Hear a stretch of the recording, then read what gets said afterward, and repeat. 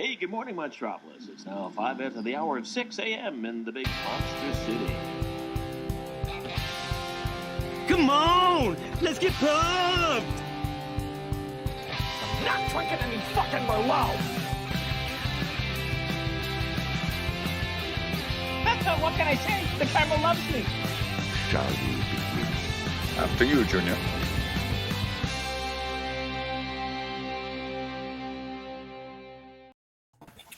Hello, everybody. Welcome back to the show. Logged at episode number 25. We're here to talk about coming of age movies. Very exciting stuff. This panel is very different than the one that we advertised earlier on the Facebook page, but that's okay because we got some good people here to talk about some movies, starting with Kaleb Boatman. Kaleb, how are you? I'm good. I'm here. I had a good day. You know, I had class, but then I went to the mall and I had a fun day. We'll talk. I may or may not talk about later. Cool. Spence, you're subbing in for Mr. Koho. How are you doing? We have very similar opinions, which I think we can all agree on. I'm doing fine. And Zach is here to replace Cody. Zach, how are you? Hey. I'm doing good. I'm bringing my mic out of retirement since I'm not on camera much these days. After retiring my pod, so I'm in my pajamas, which I've been in since my pod. I just haven't left. Beautiful. I got pajama pants on. What is on the pajamas? The Bears. Bears. Interesting. Nice. I like it. I'm gonna get you, Bears. Oh boy, we're in for pulling out the classic The Country Bears references. Yeah. Don't ruin my coming of age. You new co-host. No, I'll survive. There's only 2 more weeks of the show, which is a good reminder. We have next week. We are doing. What is it, Boatman? I don't remember. It's sports biopics. Sports biopics. Next week. Boatman won't be here, so that'll be me and probably Cody next week for that one. We'll hopefully be here. He's feeling a bit under the weather, so send your good thoughts to Cody. But yeah, so we'll be doing that, and then the last week of the show will be the Tuesday after Thanksgiving. I believe it's the 29th, I want to say, or it's either the 29th or the 30th. That will be the final episode of the year. And then we'll take a bit of a break, and then we'll come back next year. And the final show will be fall movies. Yes, fall movies, autumnal, and that can be any definition of that. Movies that have those fall colors, fall vibes, Thanksgiving-ish movies that are just set in the fall, whatever you want it to be. Gravity, where people fall through space. For the whole movie? That could work. That could work. It falls in. Yep. I maybe veto that one, but we'll see what happens. Couple other things. Jerry Maguire, because Tom Cruise sings "Free Fall." Yeah. That's also true. At the end of the show, if you're still here, we'll be doing a giveaway. I haven't even told Boatman about this. We won't be doing the actual giveaway at the end of the show, but I'll be announcing the giveaway because I'm a madman and I've done a lot of Black Friday shopping. So I have some digital codes to give out. And on top of it, I just picked up, okay, fine. I'll announce one of the things now. I just picked up this delicious bad boy right here, the Middle Earth 31 disc Ultimate Collector's Edition box set. So what I'm going to be doing is I'm going to be giving away and raffling off my old 4K sets for Middle Earth. So and mailing those out to somebody. So the details on that to come later. But let's get into the show, starting with our favorite movie that we logged this week. I will kick us off. There were quite a few movies that I watched for trivia this week that are some of my favorites. Just movies that I really, really enjoy, like Spider-Man 2, stuff like that we've talked about at nauseum on the show. So no need to bring those up. But as far as a new watch, my new favorite one is actually the Kristen Stewart Spencer. Went and saw this on Thursday and was really impressed by this. I actually talked to Boatman a little bit about it earlier this week. I didn't remember us talking about it, but fair. We did. I told you to go and see it. But anyway, it's really, really great. Kristen Stewart's phenomenal in the movie. I think this is like, I thought Jackie was fine, but that movie hinges on the performance. And that's about it. This movie is good beyond the performance. The performance is the reason to go, but I think the direction, the screenplay I really liked. I thought all the performances all around the board were great. This movie looks gorgeous. I don't usually look at like the hair and makeup stuff, but like in this movie, absolutely incredible. The hair, the makeup, the costumes, the production design. I think this movie is going to be a huge Oscar contender. I really, really loved it. Was surprised how much I liked it. So that is my pick. Boatman, since I told you to go see it that you didn't remember, have you gone and seen it? No, I don't think it's even playing anywhere near me. Fair enough. That's not true. It's at one that's like 12 miles away, so that's not too bad. I should go see it sometime. Zach, have you seen this yet? I have seen it. This was it would have been me stretching because I saw it last Monday, but it was almost my pick. So I'm glad I watched something that I loved last night because I'm a huge Pablo Larraín fan. We will bring him up later in one of these topics, but I'm into his tonal control of the movies because I think it's very unique. It's like melodrama, but not in plot. It's melodrama in psyche. The feelings are really felt. The emotions are on the sleeves, especially in Spencer, in a way that I don't think we get that heightened anymore. And I still find really effective. And he really makes these emotional dramas as horror movies. Once you get into her mind, it's like it makes the fucking kingdom. What's the fucking palace called? I'm blanking on the name. Buckingham. Thank you, Buckingham. It makes Buckingham seem like a haunted palace away just by the like kind of the ghosts of the past controlling her. In a way, it is a fantastic performance. I will take no Jackie. Hey, even saying it's not as good, not allowing it because that's Natalie Portman, the best actress of our times, giving the best performance of our times. Yikes! Did you see Spencer?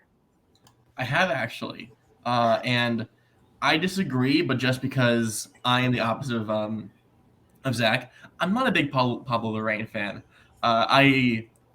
He tends to tell his movies very plotless, which I am infamous for not liking. I think Stewart is fantastic in the role. I love how she portrays Diana. But I think overall the movie's not really for me. Though I do love Sean Harris talking about food for most of it. Sure, I could listen to him read off a menu for like hours. Mm-hmm. It was very calming. Yeah, he was. I never saw Jackie, but I want to. I think you would like it, considering it's very similar part of your life. Yeah, I mean that's kind of why conflicting movies in a way. Yeah, she still owes me $20 for that. Jeez. Okay, Boatman, what's your favorite movie along this week? Anyway, my favorite movie I like this week is also a 2021 movie that will definitely be an Oscar contender, Belfast. I expected to like Belfast. I did not expect to love Belfast. I think that I didn't quite. I feel like the trailers almost are a little bit misleading in some aspects because I didn't quite understand the direction this movie is taking. It is very much like you are seeing, the conflict in Northern Ireland in the late 60s of kind of the real violence that was going on between the Catholics and the Protestants in that area. But you're seeing it all through the eyes of this child. And just the way this film does that without ever feeling manipulative, I think is brilliant. The cast is all fantastic. Jude Hill, who plays the kid, is really good.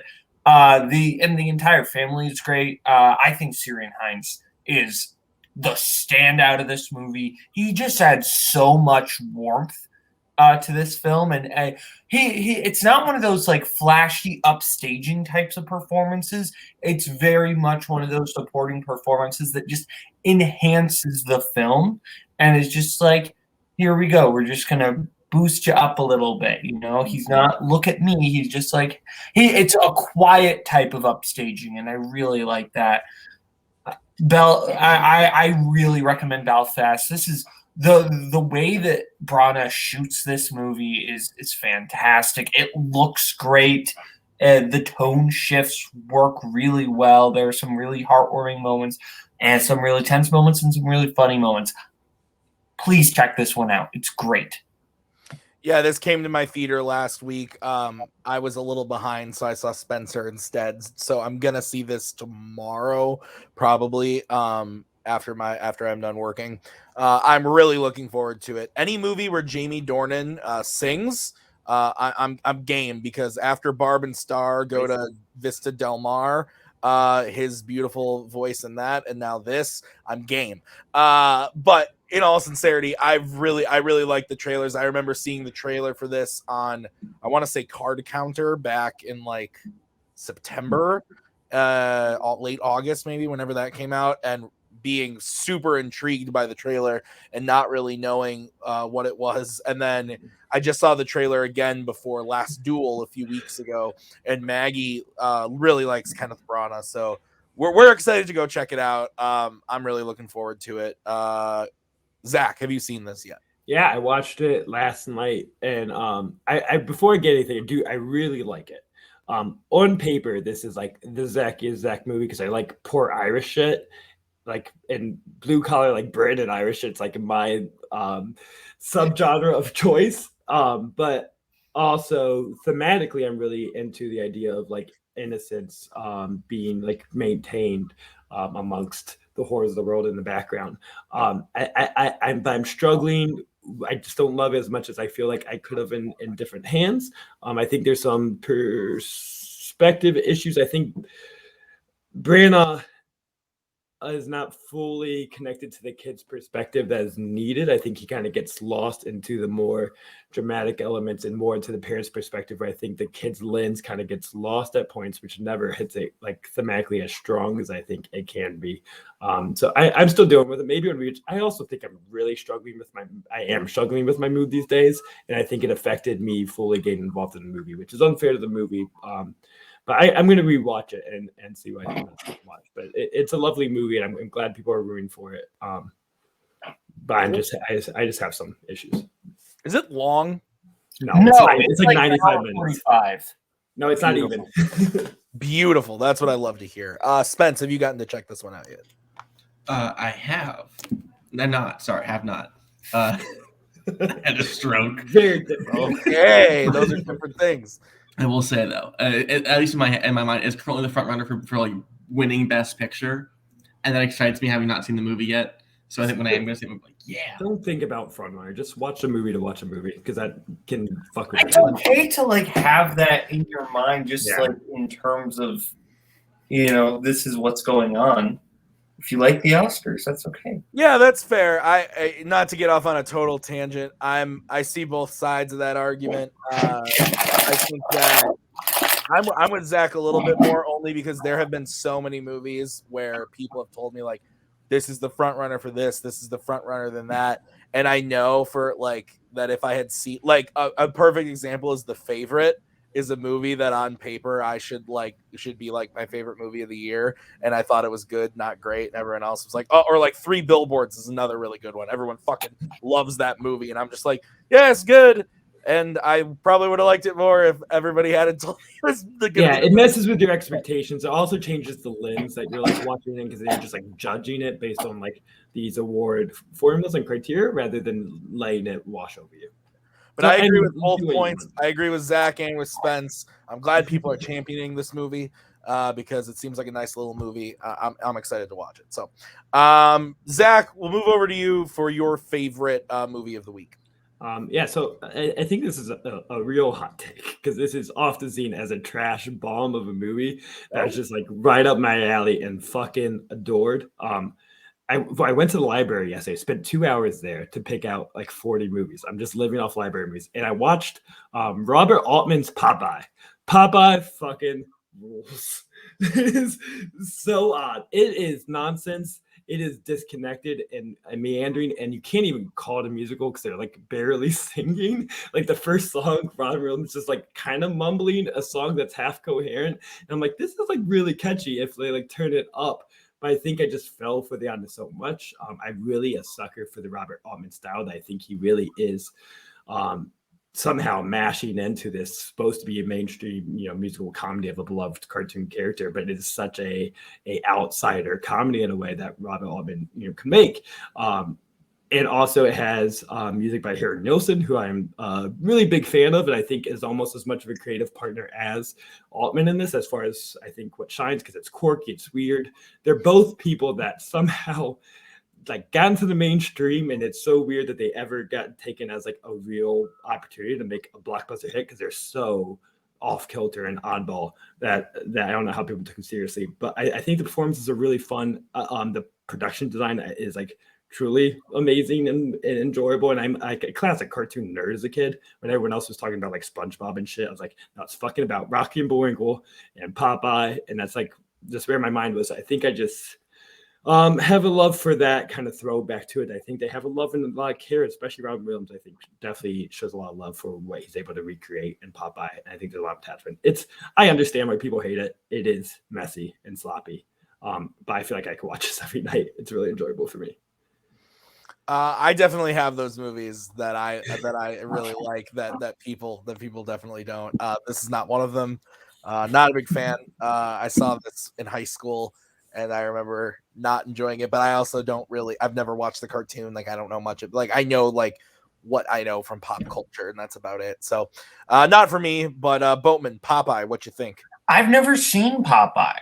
I'm only vaguely familiar with the cartoons to begin with. I think I've seen one or two just randomly. I couldn't even tell you the context. But yeah, nothing against Popeye. I've heard it's just mad though. It's one of the most famous bombs of all time. Yeah. But Robert Altman should never have been given a blockbuster. It's fair. Spence, have you seen it? I have not seen this one. Okay. Spence, what's your favorite movie along this week? My favorite movie is one that I finished less than an hour ago. That's Moonrise Kingdom. I rewatched it for a match I am playing in an hour and a half, and I really like it still. It's in my top 100. I talked about it then, so I keep my words pretty short. It's my favorite Wes Anderson film. It has my two favorite characters in a Wes Anderson film. I think that Sam and Susie are just fantastic. I feel like Wes actually captured young love on camera in a way that I sort of saw myself at a young age. So it was just really awesome. Plus, I really just love seeing Ed Norton just be really incompetent and make stupid mistakes. Because oh hey, he's an asshole in the industry, and then he's just no, he's just a dude with knee-high socks who's an idiot and gets a badge ripped off. It's just a really good time. Yeah, this was one of the last movies of his that I got to, and I love this movie. I think it's really, really great. I've only seen it once, but I really, really loved it when I saw it. It's one that I definitely need to revisit, and I remember loving Edward Norton in this movie, and him being a big standout for me, but the kids being really, really great as well. So I think this is a great pick. Boatman, you just rewatched all these, right?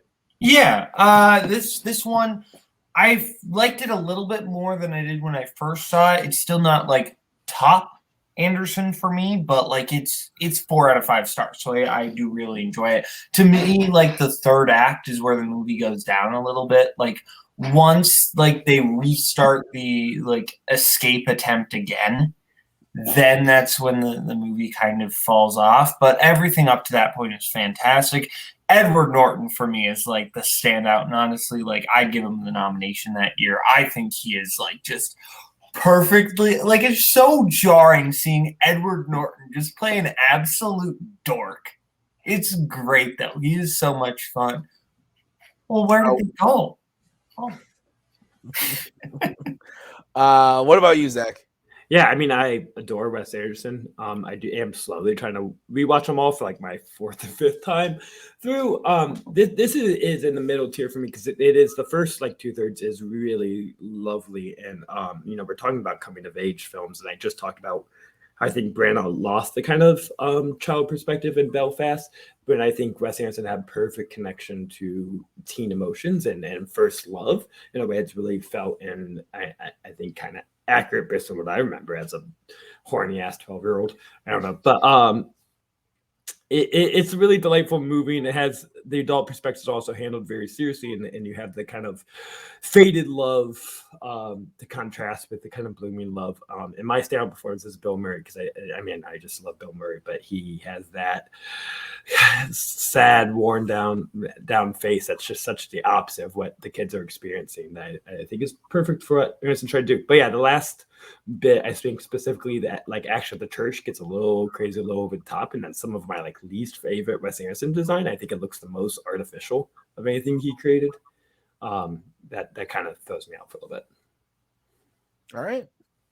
Okay, cool. Well, let's move on to our least favorite movie that we logged this week.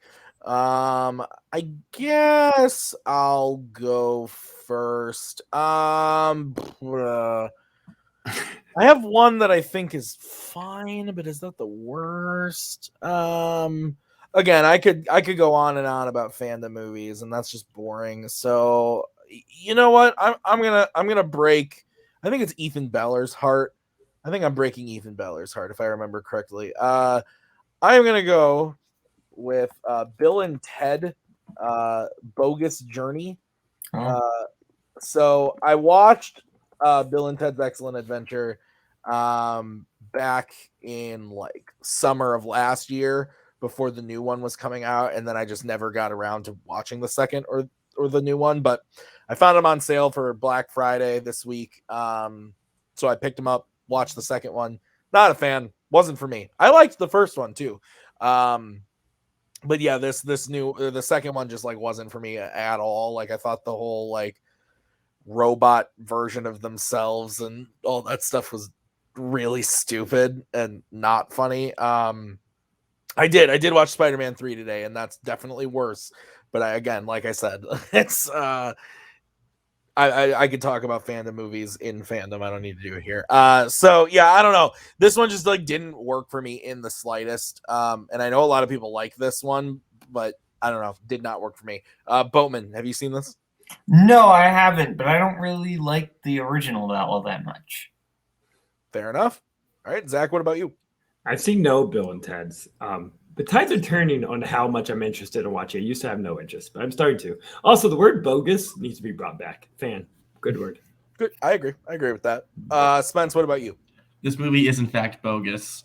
I'm not huge on it. I haven't seen it since like high school, but I love the first one to death. It's in my all-time favorites list. And I am actively like unimpressed. It's not funny. I don't really care about Bill or Ted in this. All the shit with death is also like boring. Like I don't understand why it doesn't work as badly as it does.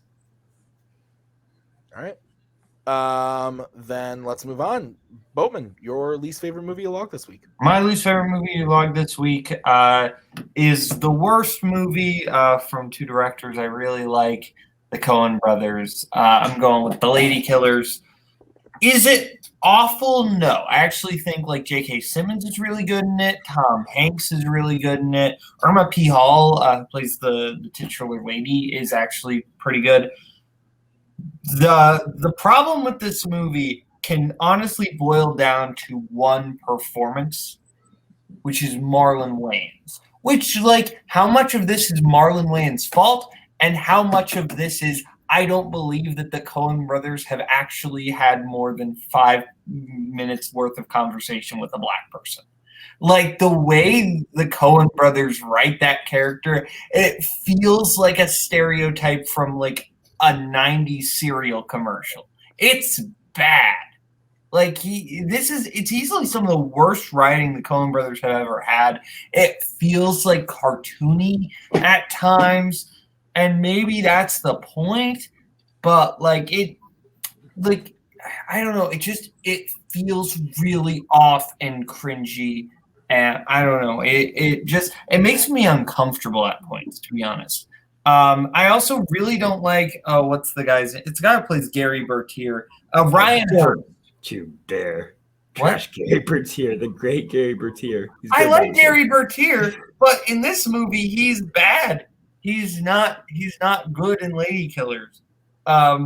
I think he's doing something weird. It feels like a lot of, hey, let's just all do something goofy for the sake of doing something goofy. I've never seen the original, but I've heard that's great, and I want to.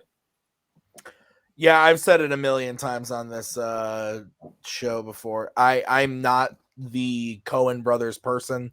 If their movies work for me, they work really well. And if they are like even slightly like meh, they usually don't work for me at all. What was their last movie, Buster Scruggs? Yeah, didn't work for me. Hail Caesar didn't work for me. So I'm just like, I'm very hit or miss with them. And I haven't seen this. I've been told to stay away from it. One day, very soon, I will get all their movies and I will watch them all so I can actually have an opinion. But as of right now, I don't really have one. Zach, what about you? I mean, I kind of like this movie. Boatman's not wrong that is like a sour note within the movie. It's his performance. I think specifically not just the racial aspects, but also just is very conflicting with the tonality of the rest of the movie because they all have a very kind of like outdated feel. Everything's like this old-fashioned idea of what the South is, and he's just so modern in what he's doing that it fights against everything else that all the other performances are being given in the movie.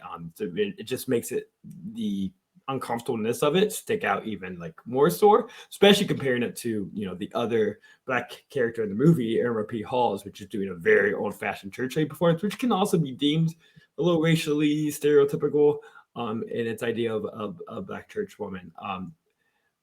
But having both those together, it seems like they just did two opposite sides of the stereotypical black coin. That definitely is problematic, but I still find the movie as a whole really enjoyable, and Tom Hanks rules, and I'll watch anything with him. So, Spence, what about you? I've not seen it. Okay, fair enough. All right, then Zach, we move on to you for your least favorite movie you logged this week. Yeah, I mean, I logged a bunch of horrible ass movies because I have been watching along with John Carpenter for the Blank Check podcast, and I'm like, I was going to get it all fucking done early because I need to get out of this. So I watched like the last 5 John Carpenter movies in the past week, and it was one of the hardest things I've had to like watch quickly. It's a lot of trash, and I like some of them, like I think I just started finding good things and shitty ass movies because I was just so done with something else. So I'm like, Ghost of Mars kind of okay, like Ice Cube okay, but fucking Vampires was just gonna like destroy me. Vampires by John Carpenter, with everybody's favorite lead man James Woods, the very likable charming guy James Woods that you want as your like badass action hero. Like as a trained vampire assassin by the church, like he should not be the action hero in any sense. This is very mild spoiler. Something happens 10 minutes into the movie, but it gives you a full idea of what the tonality of the movie is coming through. The like big bad that looks like a high school drama makeup job. Like it's so bad of how they decorate the main bad vampire. Fucking like turns a woman to a vampire by like eating out her vagina. That's like he gives her cunnilingus and then like bites her thigh and she turns into a slow vampire. I'm like this okay, and honestly like I hated that, and like that was the best part of the movie. Like that's probably like this is also like at least he was doing something weird, and the rest just kind of boring and has no ideas. It is dumb. But if you like, Mom, can you come pick me up? I want to. Is it because I use the word cunnilingus? If you like that, that's your shit. Go for it. Yeah, I've only surprisingly enough, like John Carpenter's made a couple of my favorite movies of all time, and yet I haven't seen many of his films. This is not one that I have seen. It sounds pretty rough, so not something that I'm super interested in. But the people in Letterboxd in the community that we follow on the log page are all in the 3 to 3.5 range. Mike says it's a pretty good fucking movie. Mike gives nothing lower than your lowest. So no, I'm not interested in this. But I again, one day, will I probably watch it? Sure. I like movies. I'll watch pretty much anything eventually if I have enough time. So thank you, Mike Hanley, for subscribing for 4 months in a row. But yeah, Boatman, have you seen this? No. Good stuff. Spence. No. Fair enough. All right. Spence, your least favorite movie you logged this week. I finally watched a bad movie for Logged It. And you know what? I'm sorry, Kelly. Grease 2 is dog shit. I went into this with expectations because you know what? Willem Bibiani has said that it's better than the original, and I hate the original. So I'm excited. No good songs, no good performances, shitty choreography. Literally nothing worked for this. I have a hard time understanding how someone could enjoy this movie other than like one song which is like it's an awful time. But Spence, he was a cool writer. There's a song where they're just like, hey, here's how sex works. Yup. You're like, yup, wow. actually though. Garth, I don't have time to think about this right now unless we want to watch it live on air. But which we could do that. That might be fun. Honestly, in place of movie of the month, we might do it. We might do it. Yeah, I got to say, so during the pandemic last year, my boss, who's not my boss anymore, she's played in a match here. Katie Carlson, very good friend of mine now, especially. But she made me watch this. We watched it at the theater, so I got to see this on the big screen, and I wanted to die. I love you, Katie, but this movie sucks. She loves it. She's one of those people who loves it. But me and Maggie wanted out. It was rough. There is a whole song where they explain sex to the kids in a sex ed class. It's really weird. Yeah, this movie's bad. Not a big fan. And just to be clear, I have decided we will do this later in the show. We will watch the trailer. You could see our reactions later. But I swear to God, anybody puts anything in the chat right now, I'm gonna lose my fucking mind. So don't spoil anything in the chat about the trailer.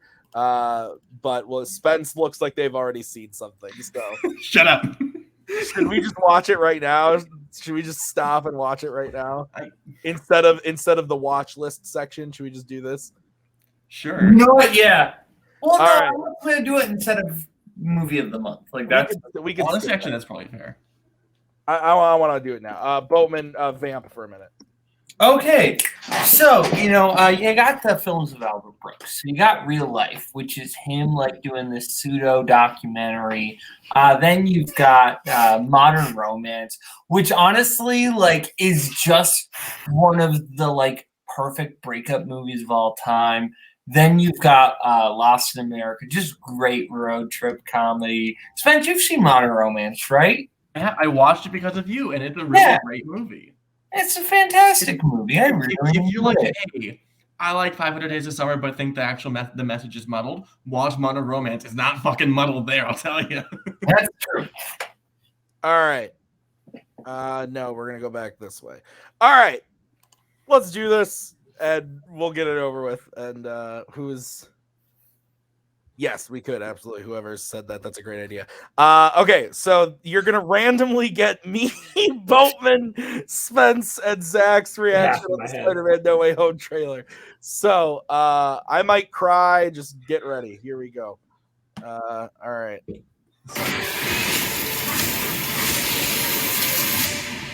Whoa, that was a lot already. Ever since I got bit by the spider, I've only had 1 week where my life just felt normal. That was when you found out.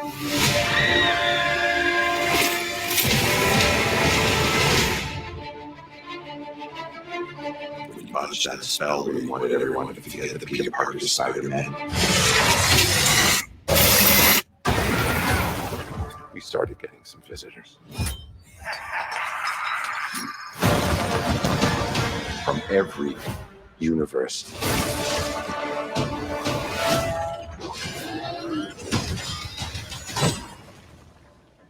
Hello, Peter.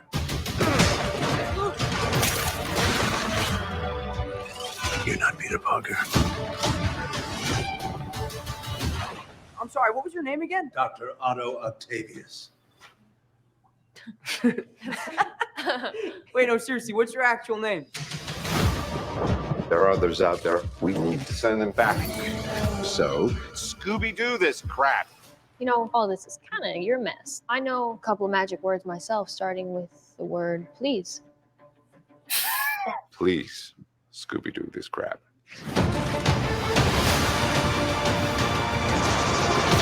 You're flying out into the darkness to fight ghosts. What do you mean? They all die fighting Spider-Man.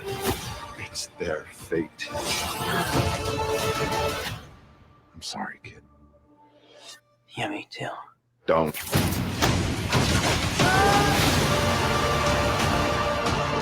Look, there has to be another way. There isn't. They're a danger to our universe. You're not gonna take this away from me.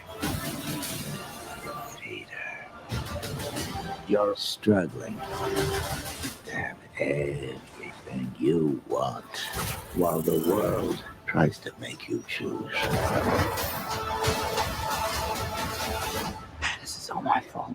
I can't save everyone.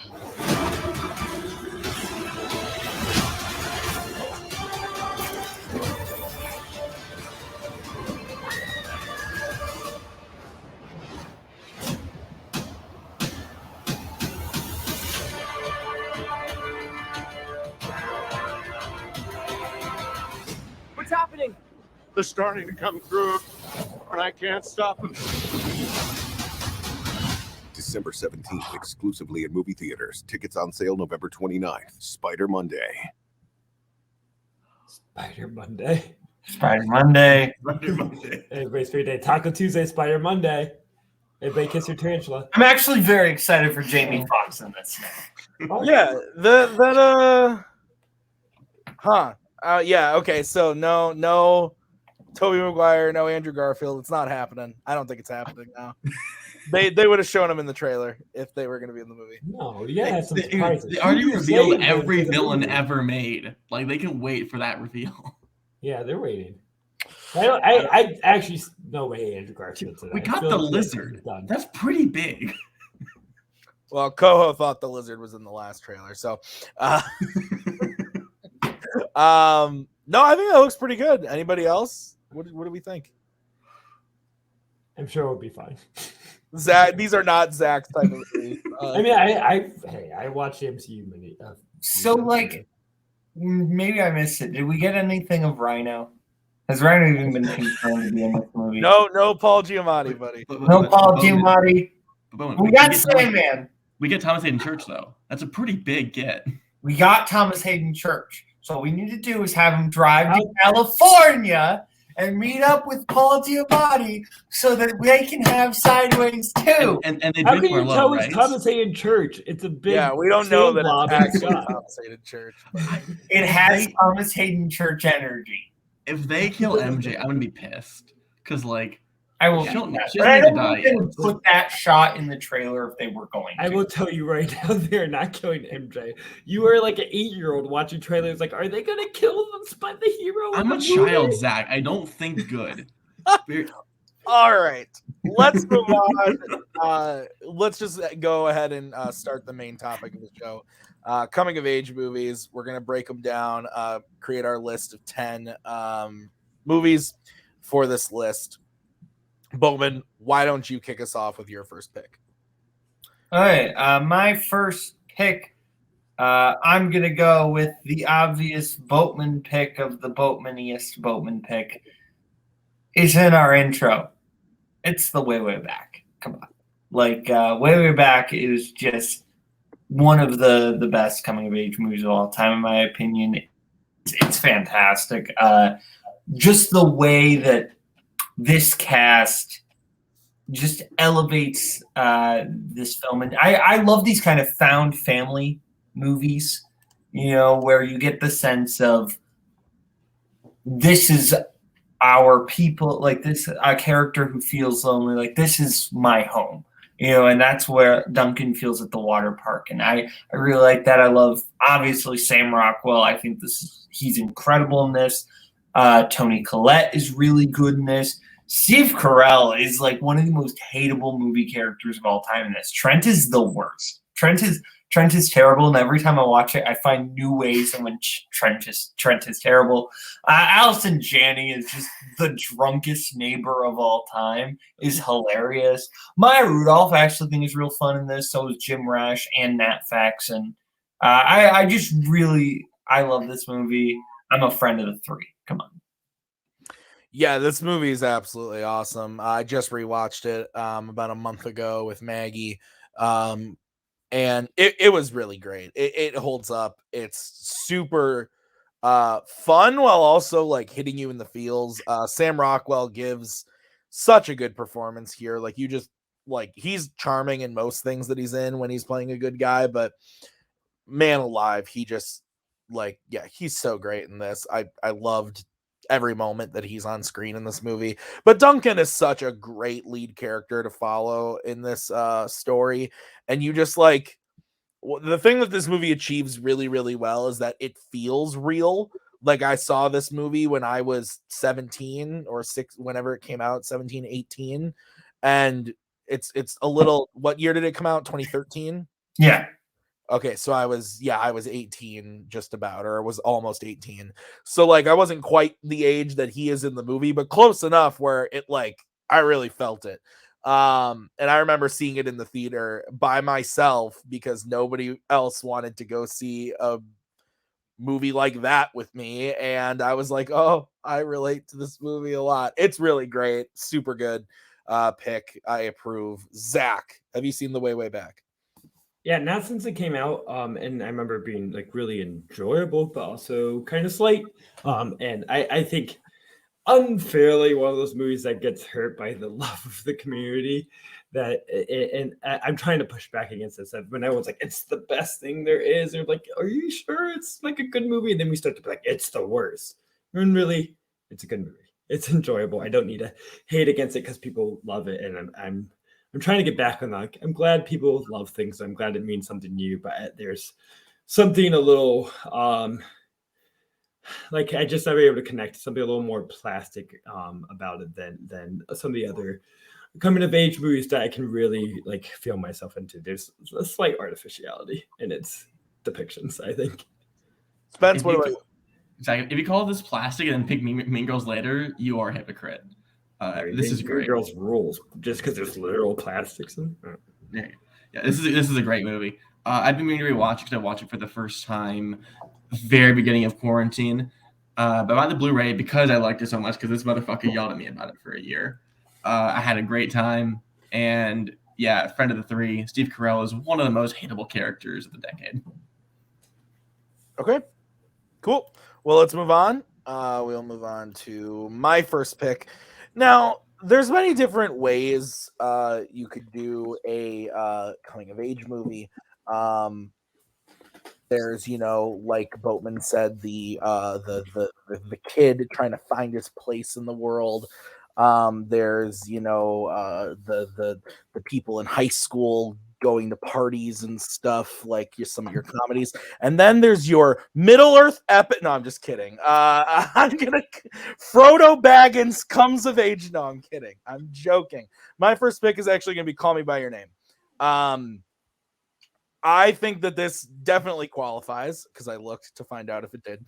But I actually struggled thinking of things for this that were movies that I actually like really loved. Like there were a lot, and I'm sorry if I'm taking somebody else's pick, but stuff like Blockers or Superbad that I like and really enjoy watching, but nothing that I like really felt passionate about. And then so I dug a little deeper and I realized that this movie totally qualifies. And I love this movie. I've talked about it on quite a few shows where it was one that when I first saw it, it was like the third of like 4 movies I watched in a single day, trying to catch up on Oscar stuff. I saw this the same day as I, Tonya, the Florida Project. I saw the same day. I was trying to catch up on a lot of stuff, and it kind of fell in the middle, and I don't think it hit me the right way. And then when I revisited it later,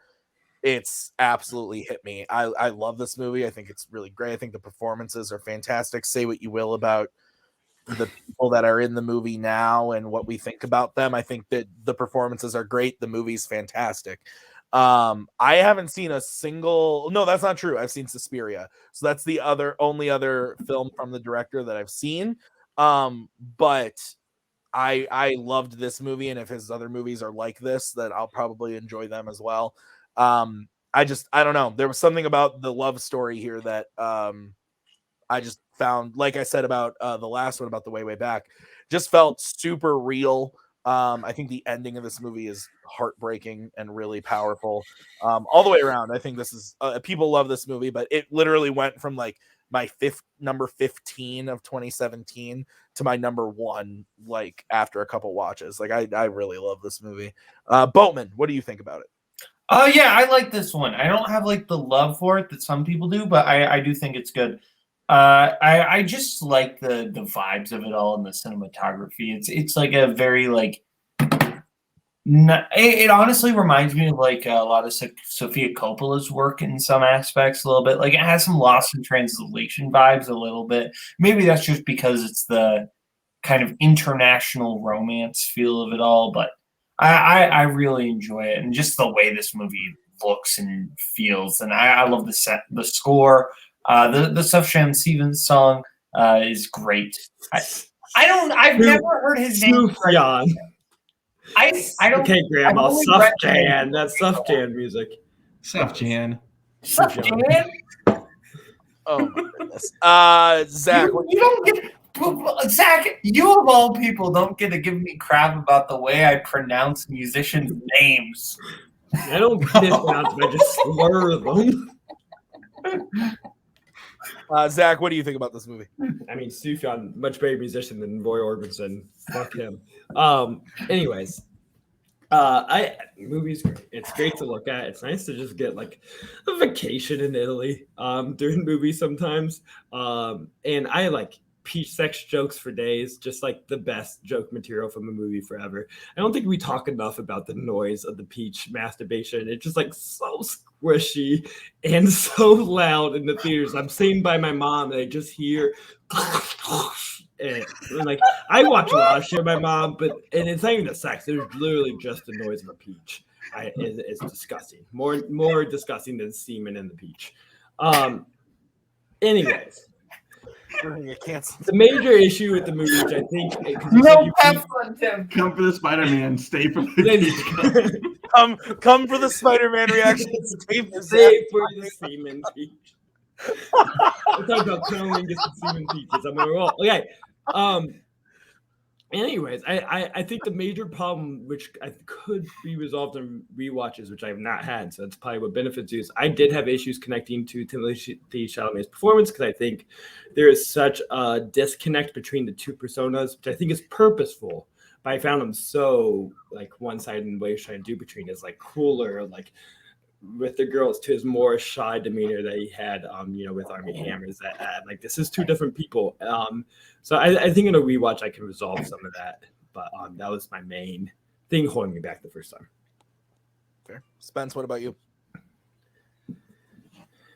I like the movie more than I should, but it's over time I've had a hard time trying to revisit it, just thinking about like the politics isn't the right word. Just the idea of portraying a predatory relationship in a semi-positive manner. Like I think it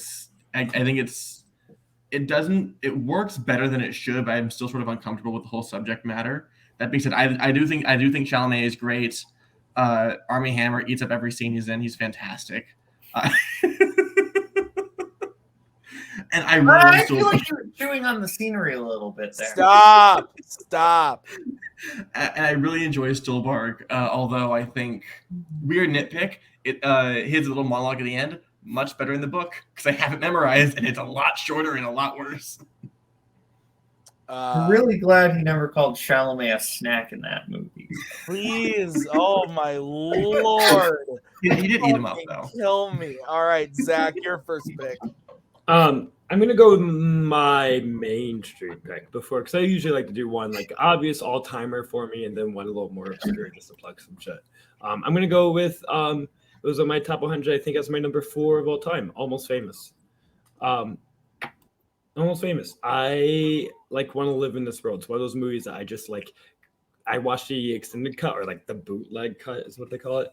And it's like an extra 40 minutes and doesn't necessarily add it, but I prefer it because I just get to live in that community of people a little longer. It's very warm in the way that Cameron Crowe and his best can really do. He just creates really warm, like enjoyable environments with characters you want to hang out with. I'm on the record for being like a Billy Crudup hater in a lot of things. I often call him the worst performance in really good movies. And this is his one perfect performance. I think he is spectacular in this movie. The mustache does a lot of legwork. But I think when you can really connect to the ego of a character, I think he's really good and connects to that well. But you know, the coming of age story, I think because Cameron Crowe, based on his childhood, there's just such specific elements and details to what that character is going through in a really unique environment. But really helps us all connect to what we are like when we're like first seen into the adult world, or at least the adult world that we like imagine or wish would be there, and come to terms with what it really means to be an adult, to really have your innocence kind of be adjusted, not destroyed, but like adjusted. I don't know. It's one of the movies I've seen the most. And maybe because Frances McDormand reminds me of my mom. That's why I like this movie. There you go. I've only seen this once. I saw it for the first time last year during quarantine. I really liked it. I very much want to watch it again. I watched the theatrical cut first, but I do have the bootleg cut as well. So I plan on watching that. I just wanted to give it some time. But I really enjoyed it. We talked about it on this show, I think with Spotlight. I actually like Billy Crudup a lot in everything, and I don't know why I tend to like these actors that everyone else just like fucking hates. But I like him, and I thought he was great in this movie. Thought fucking underdog Jason Lee, right? Is that right? Do I have that right? Yeah. I don't know why I said underdog over like Buddy. That's his most important. It's gonna be on his gravestone, Jason. Yeah, like okay. But anyway, I really liked him in the movie. Overall, I just thought it worked a lot for me. I liked this slice of life with a music thing going on. I enjoyed it a lot. And I haven't enjoyed a lot of Cameron Crowe movies, so I was surprised by that. Boatman, Almost Famous. Love Almost Famous. It's in my top 10. This is another one of those kind of found family movies, which is probably like my favorite subgenre of coming of age movies. The whole cast here is great. To me, like the standout is Philip Seymour Hoffman. Philip Seymour Hoffman is Lester Bangs. He's not in that much of that movie, but like just the 20 minutes of it he's in, probably not even. We'll call it 10. Like 2 scenes, 2 or 3 scenes. We'll call it 10. His screen time is just favorite, and like literally my favorite movie quote of all time is, and I'm paraphrasing here, is the only currency that matters in this godforsaken world is what you share with people when you're uncool. And that's from Lester Bangs. That's his quote. And I love that line. And that's just kind of, I feel like, summed up the movie in some aspects. It's just the main character is this very uncool person who is passionate about something, and he's kind of taken in by Stillwater, partially for selfish reasons from Stillwater, but I just think that dynamic is so interesting. I love the interpersonal dynamics of the band. I love Penny Lane. It's just a great movie. Spence, what about you? I don't really have a super solid opinion on this. I saw it once when I was, I think, like 13, and I liked it then. I've been meaning to revisit it, especially because a lot of my friends really do love the film, but I haven't found the time to go back and revisit it quite yet. Okay. All right. Spence, we go to you for your first pick. Ooh. Sure. Let's go with I'm gonna snipe a pick from Boatman. Not really. I think he likes. Actually, no. I'll be nice. I'll pick a film I know Tim really likes. No, you can snipe it because I guarantee you can snipe the pick. No. I'll pick a movie that Tim likes. Because I know he's seen it. I don't think you have, so I can bug you about it more. Pick a 2015 film for my top 100. It's Brooklyn. I feel like a lot of the coming of age films I normally really love are these big, weighty things dealing with like a deep emotional trauma, or like someone like reconciling with something in their past. And to me, Brooklyn is the most palatable version of a movie that I still want to like cry my eyes out at, where it's just like someone just dealing with life shit, trying to figure out how to get used to this new environment, which boy does she marry, and it's very. It could come off very slight, but I think I'm double check the director here. John Crowley did like a really amazing job balancing the lightness of it with also like understanding how weighty A-listers' decisions are. I just love this movie to pieces, and I recommend it to a lot of people who just like I haven't seen all the Best Picture nominees 2015. Go watch this; it's fantastic. Yeah, this movie's really good. I really liked this when I saw it when it came out. I've only seen it once since, but I was a big fan.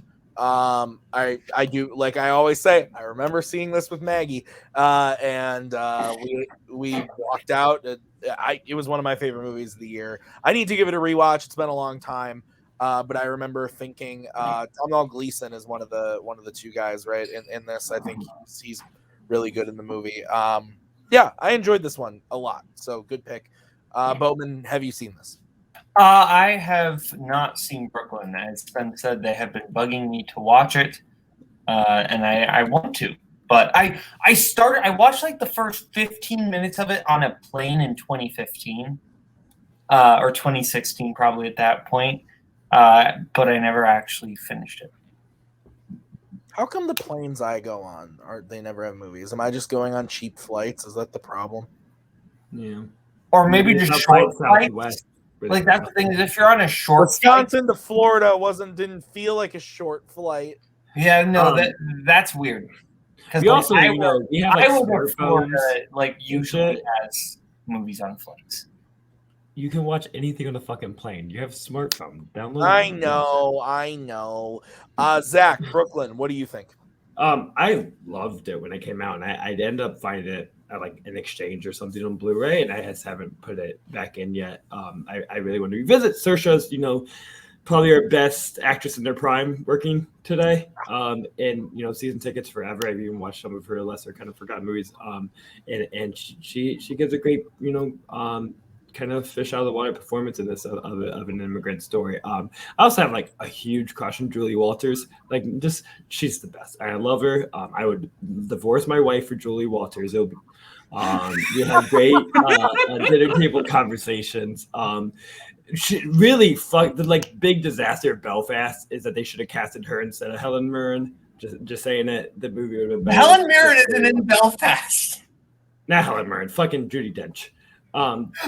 Sorry, I meant Judi Dench. I'm getting old. Anyway, they should have cast Julie Walters.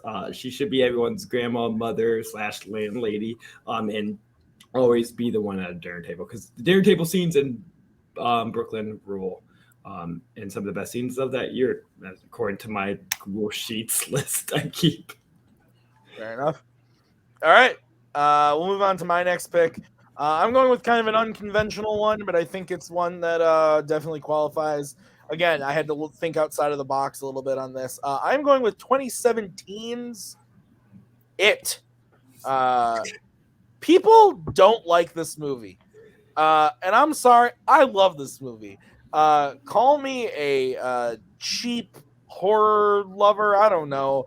I've heard a lot of people say that this is a cheap scares and popcorn blockbuster spooks and stuff like that. I don't know, man. I like it. I liked it when it came out. I liked it when I rewatched it a couple years ago, and I liked it when I rewatched it this Halloween.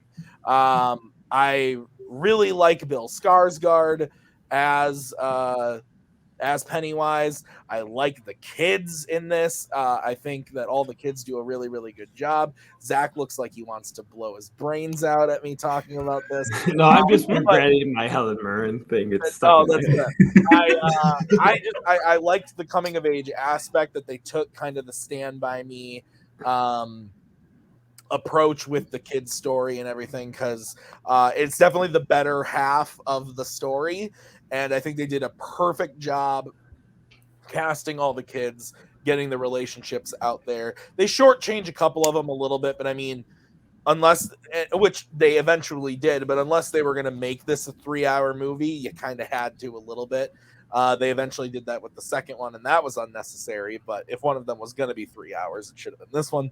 But I like the movie a lot. I think it's dope. Boatman, what do you think? No, I'll be honest. I didn't realize that there was this weird backlash to it. A lot of people just like that I've talked to think it falls into that camp of just like, it's just like blockbuster Hollywood horror, and it's not like indie the witch horror, which I also like. But you know, that's fair. As someone who I feel like my taste leans snobs, I don't leans a little snobbier-ish. I don't get horror snobs. Those people are sometimes weird and like what they like consider true horror or not. I don't know. People who tell you that Jaws isn't a horror movie, those people are weird. I really like it. I like. There aren't enough horror movies that actually focus on like characters and like actually their interactions and just letting you like these characters as people, and it does a great job about that. Richie is like hilarious. Richie's my favorite character in this movie, and just one of my favorite horror characters in general. Finn Wolfhard is very fun, and I like the rest of the cast. I think like it's very much, you know, it's doing that similar kind of kid, like Stephen King did it with Stand By Me, and he's doing it here, but you know, it is kind of Stand By Me but a horror movie in that sense. And I just really like the interaction between these characters, and I like the scares. I think, you know, there are a lot of really creative scares that you can do with Pennywise, and I think they take full advantage of it. Zach, what do you think? I think it's an okay pick purely because the coming of the age parts is the best parts of the movie. They did so smart with the chemistry of the casting that they really seem like a group of friends kind of coming together. Some of the horror elements, I'm just a really hard sell on horror as far as keeping my engagement and what's happening with the story.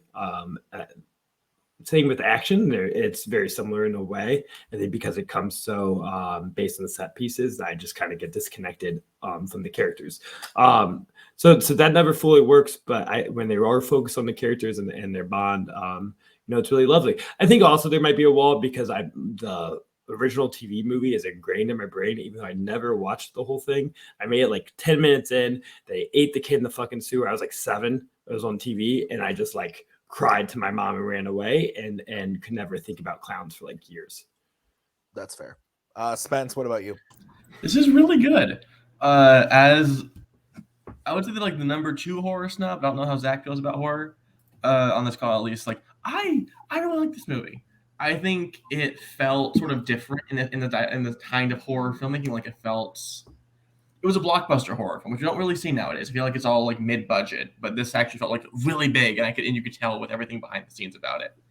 I really enjoy it. I revisited it a couple times. It's really watchable, like really rewatchable. Good pick. All right, Boatman, what's your next pick? My next pick, I'm going with another film from my top 10 because, like, coming of age, I think is just one of my favorite subgenres. Actually, you know what? No, I could pick a different movie. I don't think it's going to get picked, but it's a movie. I'm not picking Dazed and Confused, but that's like a movie in my top 10 that I love. I'm going to pick Breaking Away. the 70s film Breaking Away, because not enough people talk about that one. This is a really good movie. For those who don't know, this basically takes place in Indiana, and it is basically just kind of about these teenagers, like post high school, who are just trying to figure out what they're doing with their lives, and kind of it's very much a hangout movie, but then it kind of turns into a sports movie, but it's a very naturalistic sports movie. Kind of becomes about this bicycle race. And the four main characters are all just great, and I just really like the vibes of this movie. Dennis Quaid is really good in it. Jackie Earl Haley is good in it. The whole cast is great. Daniel Stern is probably my favorite part of this movie. He's fantastic. Of course, the person that you are most like will always be your favorite character. I mean, not always true. But okay. Thanks for calling me. I think you've brought this up on this show before because I think I did for favorite movie I watched that week. That might be it because I remember hearing about this, but it's one of Paul's favorite movies too. I don't know if he's been on it, but I think you watched it because it was one of those things where you did it in the watch list segment one week, and then the next week you had watched it, so you talked about it. Yeah, I still want to see it. I just haven't gotten there yet. So Zach, have you seen it? I have seen it, and it's enjoyable and it's fun, but it also just rings very slight for me, especially something a little goofy, where a lot of the conflict is the father-son conflict is the kid wants to be Italian and live in Italy, and I always just seem and he speaks an Italian accent as a bit. I don't know, and it always seemed a little silly. The bicycling aspects to me never fully resonated in an impactful manner. When I think there's some important things there of being the townies and do you escape, and that's there, but the bicycling, goodness, fucking teacher, bicycling it's such a kind of niche lens to put the movie through that it left me a little isolated. Spence, what about you? It's a sports movie, so no. Fair enough. Not really a sports movie.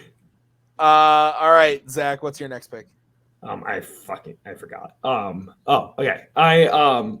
This is me going with a really niche pick that you can all say you haven't seen, then we'll move forward, because sometimes I just want to talk about shit I want to talk about. There's a movie I'm going to say 2016. I'm going to mess up the year, but called The Fits. Very independent film that I got lucky to see at the University in Wisconsin's theater in theaters because I don't think it played very wide. And I'm blanking on the director's name. She has not made another movie. Something Rose Helmer, I believe.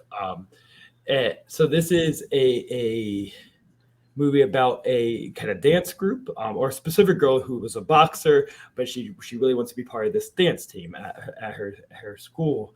But on their kind of dance team, girls just start having fits. They start having not epileptic, but kind of similar to like an epileptic seizure could be like. Into it kind of jumps into the surreal, with never fully indulging the surreal. But there's moments that are very kind of magical. The fits they're having have a very kind of supernatural feel because it's happening to all the girls, and it's really it's a metaphor for puberty, and the girls undergoing change, and this girl herself, who's kind of came from this tomboy interest and background of fighting, going through her own change and discovering more of her feminism and discovering more of her personal freedom when she wants, because she was so connected to her brother through this boxing, and she's finding her own path and her own interest and her own freedom.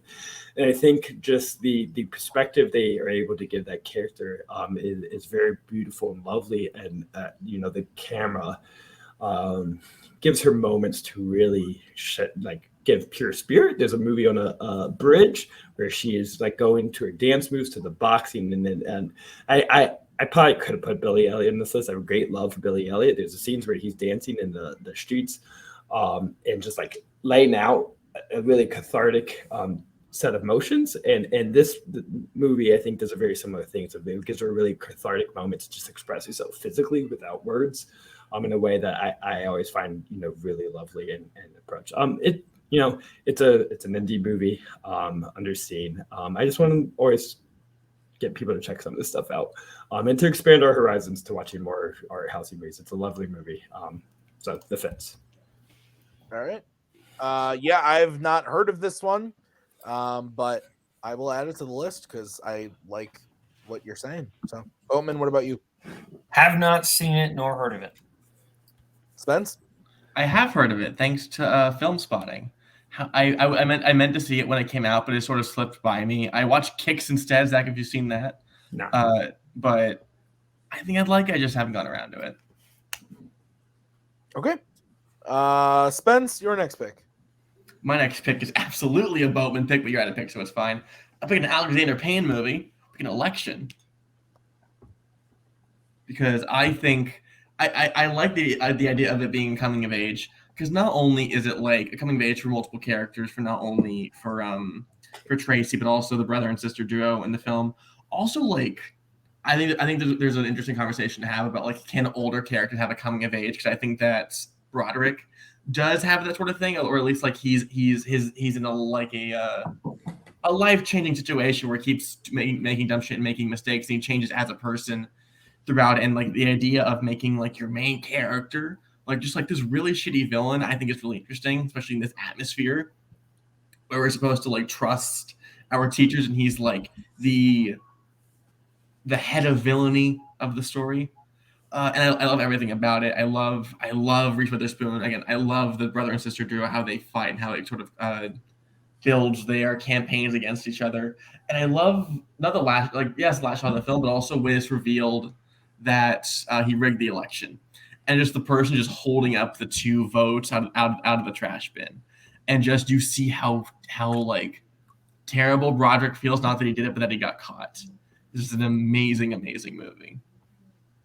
I haven't seen this. Sorry. I do want to see it. I've heard really good things about it. The Alexander Payne movies that I have seen, I saw The Descendants. That's him, right? Yeah. I liked that. I hated with a burning passion Downsizing. Fucking. And that's the one most people don't like, so don't hold that against me. It's also really good. So I kind of like it. Stop. I kind of like it, but I get why people hate it. Oh, it's bad. Anyway, I do want to see this though. Everything that I've heard about it, I like. It sounds like the type of movie that I would love. So, Boatman, what about you? I love Election. I think that like Reese Witherspoon sometimes gets a bad rap for like her later work, but she is just pitch perfect in this movie. Just utterly hateable in like the best way possible. Like Tracy Flick is just it feels like, obviously it feels like heightened for the sake of comedy and film, but like everyone has known this type of person in high school, this aggressively annoying overachiever. Like I just think that Tracy Flick is just fantastic. I also really like Ethan Klein. He's very funny in this movie. He's kind of just this doofus, and I can't remember the name of the actress that plays his sister, but she's very funny in this too. Jessica Campbell. Yes. There's a great moment where she gives a speech and is basically like, who cares? And it's one of the funniest moments in the movie. Zach, what about you? Yeah, so Michael Campbell's reference there is to my wife. My wife Sarah is Reese Witherspoon's her favorite actress. We have watched every Reese Witherspoon TV show. So to say her career's gone downhill is wrong according to her. But I have not seen Election. It'll be an easy sell for her. I can get her to watch just because she is in it. And I also do like Alexander Payne. I like Downsizing in Nebraska. He's a very mean director. Even though some of his biggest movies like Sideways and Election I have not seen. And they're such Zach movies in a lot of ways. So someday, when I divorce my wife for Julie Walters and go on a wine tour, I'll watch Sideways so I can fulfill that experience to its most extent. That's fair. All right. Who else has another pick they want to throw out? We need 2 more. Oh wait, we're just throwing out picks. Yeah, whoever has one. Shit, I'll have one. I'll use this as I alluded to it. Days of Confused, fantastic. Richard Linklater's best movie in my opinion. There are people that hate it. Those people are poopy. You're both poopy. No, I really like Days of Confused. I like the look into all of these different groups. I don't even want to say cliques, but groups of like this high school experience put into this like little lens that you're seeing it through, and just everything that's going on here. I love seeing just like the way that like Floyd kind of intersects through all of them. And I just really like it. I love the 70s feel of it all. The soundtrack is great. My favorite stuff in the movie is Mike, Tony, and Cynthia. Just all of them. And their interactions great. I love this movie so much. Adam Goldberg, Anthony Rapp, and Beck's sister, whose name escapes me at the moment. They're all great. I've seen this once. I thought it was very fine. I like Everybody Wants Some. That's the one of the 2 that I would rather watch again if it were me. But me and Bowman have talked about this a lot. Actually, he probably won't remember it, but no, I do remember us. We've talked about this. Was one of the first episodes of. I talk about movies with a lot of people, Tim. I just thought our moments together were special. I remember that moment. You're talking to more people than Tim Boatman. You're not loyal to him. God. Wow. No, but I liked it fine. It's not really a Tim movie, this one. So, Zach, what about you? I mean, it's really Zach movie. I mean, I adore it. It's also one of my mom's favorite movies. I feel like at a young age, I was able to connect with, like, I was like, really, as I was experiencing what adult movies could be, I was like, yeah, this is really cool and fun. And I was able to connect with my mom through as her, like, explaining her high school experience through this movie, because she would have been in high school around the same time as this, late 70s. And to me, it's also the magic is it's endlessly relatable. Like, this was not my high school experience, because I found out kids were drinking after high school. I'm like, where? Who? Why did I never get fucking invited to this shit? Like, I didn't never see the beer until college. It's not true. But in college, this was like very much my experience. So like the communities intersecting and the different personas, connecting with each other, that's the part of the movie that I get really engaged with, is how the different people from, different interests and backgrounds really connect with each other through their one magical night of campfire partying. What about you, Spence? I don't like it, and not for any like huge big reason. It's just, again, sort of plotless. I don't like those kind of Linklater movies for the most part. Will I ever like this? Probably not. I'm gonna rewatch it relatively soon, but again, this movie is just not my type. There is a really big, huge reason why you don't like it. It's because you have shitty ass taste. Oh, so can I take the last pick? Because fuck Zach. Sure. I had one, but that's right. Fuck you. I'm gonna take again the idea of like you can do coming of age for adults, right? But we still have teen protagonists, so it sort of counts. I'm gonna pick Pleasantville, because I think my favorite part about it is like not only is it like a challenging narrative about having to change a town and the actual dangers of the 1950s through Tobey Maguire and Reese Witherspoon again, like they sort of changed the whole town, really. Like the idea of them understanding like what their parents went through and the maturity of being an adult and getting through high school is impacting everyone around them, and their sort of changes as humans are also going through everyone. I especially love their mom getting with Jeff Daniels and just sort of like finding love that way and getting out of a shitty relationship. And everyone, I don't know, it's a film that's always sat with me, and I really want to go back and revisit it. But it was just like such a stark, amazing screenplay that I think was like translated beautifully onto film, and it's always stuck with me because of that. Okay. I have not seen this. I have heard of this many times. I've been told I would like it, but I have not seen it. Boatman, what about you? I really like Pleasantville. It's been a while since I've revisited it, but I really enjoy it. I love classic sitcoms, so the way that this movie kind of pokes fun at a lot of those, I really enjoy. But then it goes beyond just kind of poking fun and haha, we're in a sitcom, and is actually a pretty strong allegory for a lot of different things, actually. And I think does that very well. I like the cast in this. I actually really like William H. Macy in this. I think he's great. And I like the look of this film.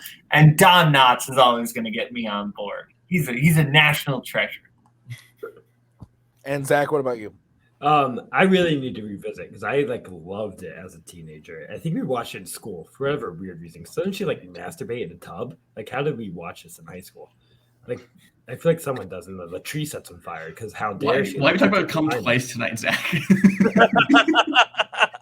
It's part of the movie. I'm not just bringing out nothing. Okay. Anyways, so I remember being enthralled. Now I'm 16 years older, and times have changed. I'm interested in how my eyes that have seen more movies views it. But I remember it very pleasantly. I did not intend upon it; just didn't. I needed the source in my hand to come up with a different word.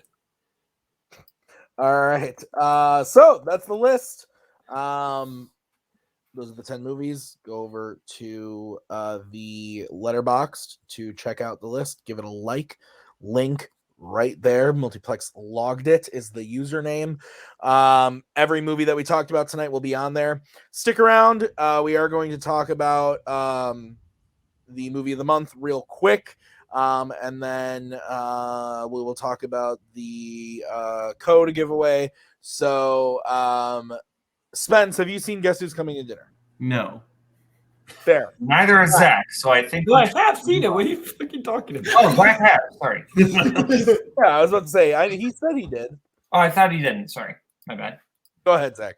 Yeah, I've seen this multiple times.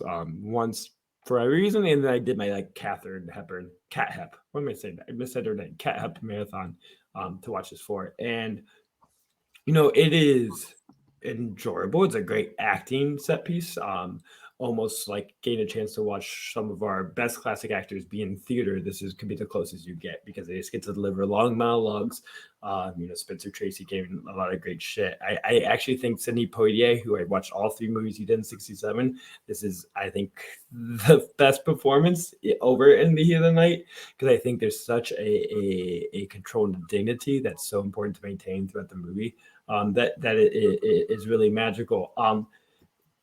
I think people get a little crazy about this movie. I think it's even in '67, the politics were a little timid and not hailing it to the, I don't know the word I'm trying to say, but to the extent to where you're really dealing with the subject matter, that they dealt it with gloves on their hands, with a liberal mindset that is it Norman Jewison, the director, that he was comfortable with dealing with. What? Are you talking about?